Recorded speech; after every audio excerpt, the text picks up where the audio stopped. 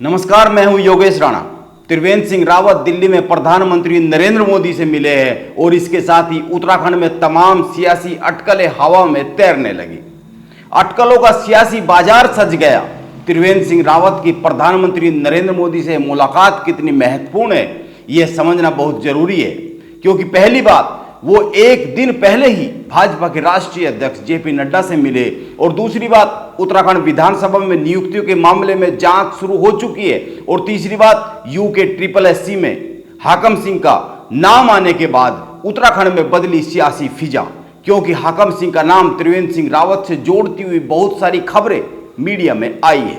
और चौथी बात, हाकम सिंह के साथ तस्वीर सामने आने के बाद त्रिवेंद्र सिंह रावत का बयान, केवल उन्होंने ही यह कहा कि हाकम सिंह भाजपा के कार्यकर्ता है, लेकिन कार्यकर्ता किसी गलत कार्य में संलिप्त होता है तो इसमें पार्टी का कोई दोष नहीं होता है।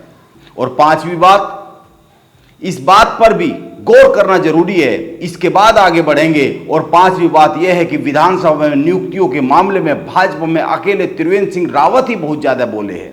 वो लगातार बयान देते रहे, जिस कारण कई बार भाजपा भी असहज होती हुई दिखी है। विधानसभा में इस तरह की नियुक्तियां पहले से होती रही है। गोविंद सिंह कुंजवाल ने सबसे ज्यादा नियुक्तियां की थी, लेकिन उन्होंने यह कह दिया कि विधानसभा में नियुक्ति का प्रस्ताव जब उनके पास आया था तो उन्होंने सीधे इस पर लिख दिया था कि यह आयोग के जरिए हो, जो नियमावली है उसी के जरिए भर्ती होनी चाहिए। यानी वो ये कहने की कोशिश करते दिखे कि गलत हुआ है, लेकिन मेरी इसमें कोई भूमिका नहीं है।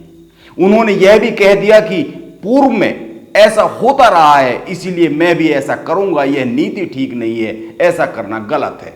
यानी वो सीधे सीधे प्रेम चंद्र अग्रवाल पर कहीं न कहीं वार कर रहे थे, उन्हीं के संदर्भ में बात कर रहे थे।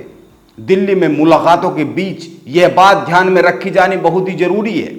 अब जब 5 बातों तक आ ही गए हैं तो एक छठी बात को भी याद ही कर लेते हैं। और छठी बात यह है कि कुछ समय पहले उत्तराखंड में एक अफवाह फैली थी, पता नहीं उसमें कितनी सच्चाई थी, यह बिल्कुल ही सच्चाई नहीं थी, यह तो पता नहीं है, लेकिन यह बात फैली थी कि भाजपा के कुछ विधायक त्रिवेंद्र सिंह रावत के संपर्क में है।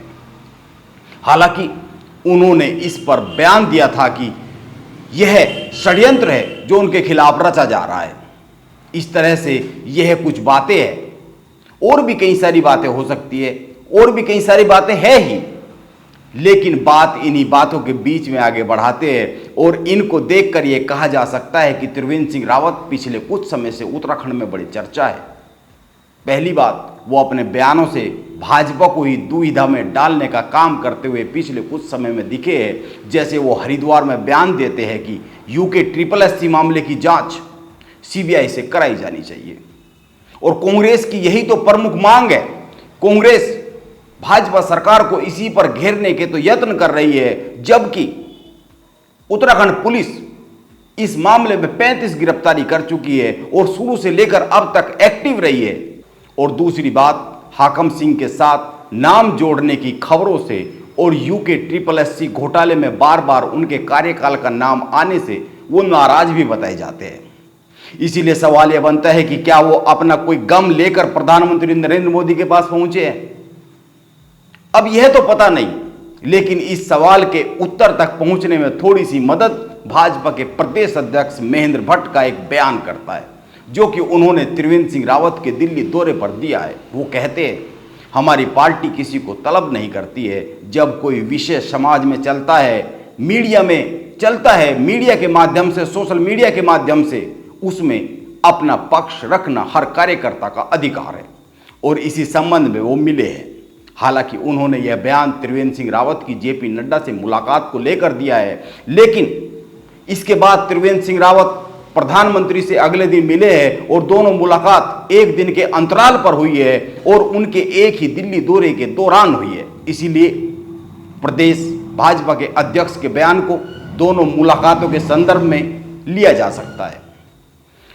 और इस बात पर गौर किया जाना चाहिए कि महेंद्र भट्ट कह रहे हैं कि हर किसी को अपनी बात रखने का अधिकार है, और वो अपनी बात रखने ही गए हैं। यानी यह माना जाए कि त्रिवेंद्र सिंह रावत अपना कोई दुखड़ा लेकर हाईकमान के पास पहुंचे, या फिर हाईकमान ने उनको बुलाया है। क्योंकि वो पिछले कुछ समय से बहुत ही मुखर बयानबाजी उत्तराखंड में कर रहे थे, जो कई बार पार्टी गाइडलाइन के बाहर जाती हुई दिख रही थी।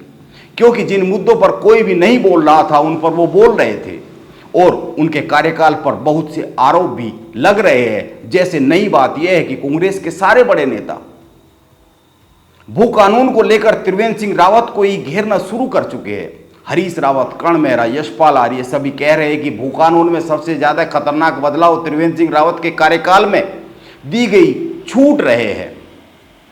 यह भी ध्यान में रखने वाली एक बात है। अब अंत में दो बातों पर गौर करना बहुत ही जरूरी है। एक, जेपी नड्डा के साथ जो तस्वीर त्रिवेंद्र सिंह रावत ने शेयर की है, उस पर उन्होंने लिखा है, यह समझना बहुत जरूरी है जो उन्होंने लिखा है, आदरणीय राष्ट्रीय अध्यक्ष श्री जेपी नड्डा जी से नई दिल्ली में आत्मीय भेंट हुई, प्रदेश के समसामयिक विषयों पर चर्चा हुई, अपना अमूल्य समय प्रदान करने के लिए कोटिश आभार अध्यक्ष जी। यह उन्होंने सोशल मीडिया पर तस्वीर शेयर करते हुए लिखा है। अब आप गौर कीजिए, त्रिवेंद्र सिंह रावत ने एक शब्द लिखा है और वो है समसामयिक विषयों पर चर्चा की बात। अब समसामयिक विषयों पर चर्चा की बात का मतलब क्या निकाला जा सकता है? यह एक राजनीतिक भाषा है, इसके राजनीतिक मायने है, यह एक समझने वाली बात है। और इस समय उत्तराखंड में 4 ही बड़े विषय हैं जो समसामयिक कही जा सकती है।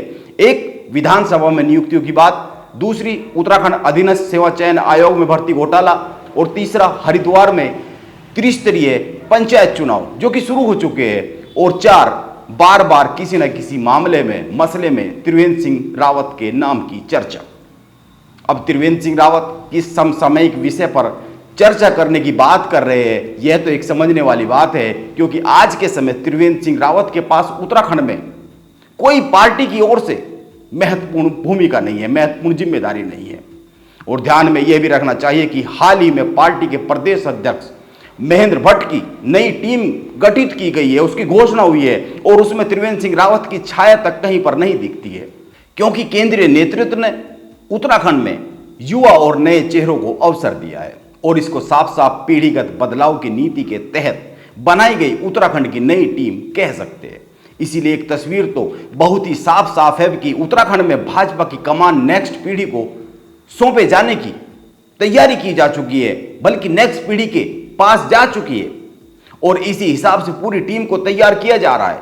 इसीलिए 2 बातों पर गौर किया जाना बहुत जरूरी है। एक, भाजपा के प्रदेश अध्यक्ष का बयान, जिसमें वो कह रहे हैं कि त्रिवेंद्र सिंह रावत अपनी बात कहने के अधिकारी है और वो इसी काम से वहां पर गए हैं। और दूसरी बात, त्रिवेंद्र सिंह रावत अपने सोशल मीडिया पेज पर प्रधानमंत्री से मुलाकात की जानकारी तो शेयर करते हैं, प्रधानमंत्री की तारीफों के पुल बांधते हैं, लेकिन नड्डा के साथ मुलाकात जैसी उनकी कोई तस्वीर प्रधानमंत्री के साथ मुलाकात के सामने नहीं आती है। यानी प्रधानमंत्री के साथ तस्वीर नहीं बनी है। राजनीति में हर बात के मतलब होते हैं, हर बात के राजनीतिक मायने होते हैं, राजनीतिक संदेश होते हैं, और इन संदेशों को समझने की जरूरत है। और अंत में मैं इतना ही कहना चाहूंगा कि यह ठीक है कि प्रधानमंत्री के साथ मुलाकात की तस्वीर त्रिवेंद्र सिंह रावत ने पेश नहीं की है, लेकिन आप इस एक और बात पर गौर कीजिए, और वो यह कि विधानसभा अध्यक्ष रितु खंडूरी और उस 3 सदस्यीय जांच दल को अभी उत्तराखंड की मौजूदा राजनीति की तस्वीर से बाहर मत करिए, उसको बाहर मत कीजिए। जो जांच में लगा हुआ है दल,